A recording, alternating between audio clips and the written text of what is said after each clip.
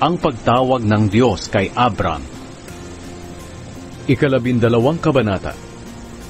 Ngayon sinabi ng Panginoon kay Abram, lisanin mo ang iyong bansa, ang mga kamag-anak mo, at kahit ang sambahayan ng iyong ama, at pumunta ka sa lugar na ipapakita ko sa iyo.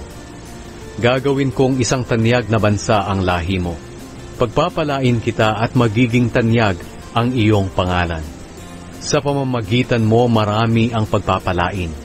Pagpapalain ko ang magmamagandang loob sa iyo. Pero isusumpa ko naman ang susumpa sa iyo.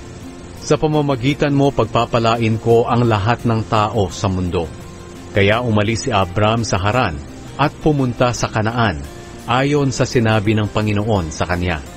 Nasa 75 taong gulang noon si Abram. Sumama sa kanya ang pamangkin niyang si Lot. Kasama rin niya ang asawa niyang si Sarai, at ang lahat ng ari-arian at aliping na tipo nila sa Haran. Pagdating nila sa Kanaan, nagpatuloy sila hanggang sa nakarating sa malaking puno ng More, roon sa Shechem. Nang panahong iyon, naroon pa ang mga Kananeo. Pagkatapos, nagpakita ang Panginoon kay Abram at sinabi sa kanya, ang lupaing ito ay ibibigay ko sa mga lahi mo. Kaya gumawa ng altar si Abram para sa Panginoon. Mula roon, lumipat sila sa bundok na nasa silangan ng Betel, at doon sila nagtayo ng tolda sa kalagitnaan ng Betel at Ai. Ang Betel ay nasa kanluran at ang Ai naman ay nasa silangan. Gumawa rin doon si Abram ng altar at sumamba sa Panginoon. Hindi nagtagal, muli silang lumipat. Nagpatuloy sila sa paglalakbay papunta sa Negev. Pumunta si Abram sa Ehipto. Ngayon, nagkaroon ng matinding taggutom sa Kanaan, kaya pumunta si Abram sa Ehipto para roon muna manirahan. Nang paparating na sila sa Ehipto, sinabi ni Abram sa kanyang asawa, Sarai, maganda kang babae. Kapag nakita ka ng mga Ehipsyo, sasabihin nila na asawa kita, kaya papatayin nila ako para makuha kanila. Mabuti sigurong sabihin mo sa kanila na magkapatid tayo, para hindi nila ako patayin, at para maging mabuti ang pakikitungo nila sa akin dahil sa iyo.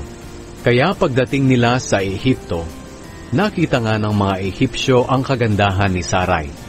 At nang makita siya ng mga opisyal ng Faraon, sinabi nila sa hari kung gaano siya kaganda. Kaya dinala si Sarai roon sa palasyo. Dahil kay Sarai, naging mabuti ang pakikitungo ng hari kay Abram, at binigyan pa siya ng mga tupa, kambing, baka, asno, kamelyo at mga aliping.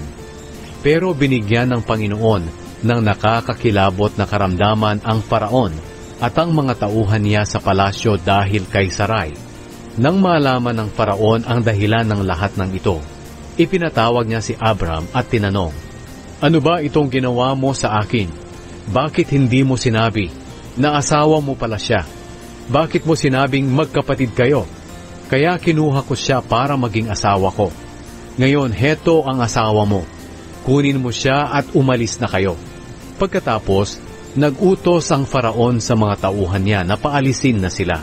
Kaya dinala nila si Abram palabas ng lupain na iyon, at pinaalis kasama ang asawa niya at ang lahat ng ari-arian niya.